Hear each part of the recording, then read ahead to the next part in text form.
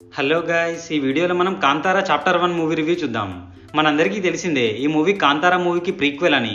And Rishab Shetty, Rukmini Vasanth lead roles act చేసిన ఈ మూవీ 2 hours 48 minutes రన్ టైంతో థియేటర్లో రిలీజ్ అయింది. ఇక చూశాక నాకైతే బాగుంది గైస్. అక్కడక్కడ కొంచెం ల్యాగ్ ఉంది, but still visually stunning technical బ్రిలియన్స్తో చాలా బాగా అనిపించింది.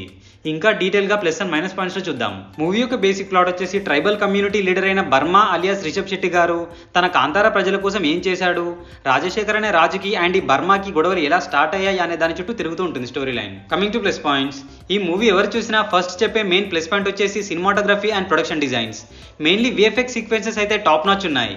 జస్ట్ యానిమల్స్ని గ్రాఫిక్స్లో చూపించడమే కాకుండా వాటి ఎక్స్ప్రెషన్స్ కూడా పర్ఫెక్ట్గా మ్యాచ్ చేశారు.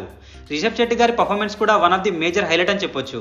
ప్రీ క్లైమాక్స్లో వచ్చే విజువల్స్ అండ్ ట్విస్ట్ కూడా చాలా బాగుంది.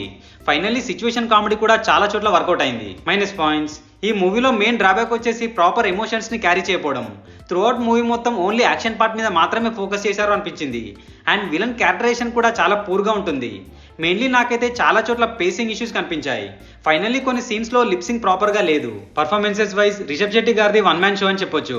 రెస్ట్ ఆఫ్ ఆల్ ఎవరి రోల్స్లో వాళ్ళు బాగానే పర్ఫామ్ చేశారు. సో ఫైనల్గా చెప్పాలంటే మూవీ అయితే 100% థియేటర్లో ట్రై చేయొచ్చు గైస్. పక్కా డిసప్పాయింట్ అయితే ఎవరు. అండ్ ఈ మూవీని ఫ్యామిలీతో కూడా చూడొచ్చు. No adult content, no bad language. So ఇది guys Kantara chapter 1 movie review. మీకు కనుక మా రివ్యూ నచ్చినట్టయితే please subscribe to our cinema critic channel. Next movie రివ్యూతో మళ్ళీ కలుద్దాం. Bye bye, take care.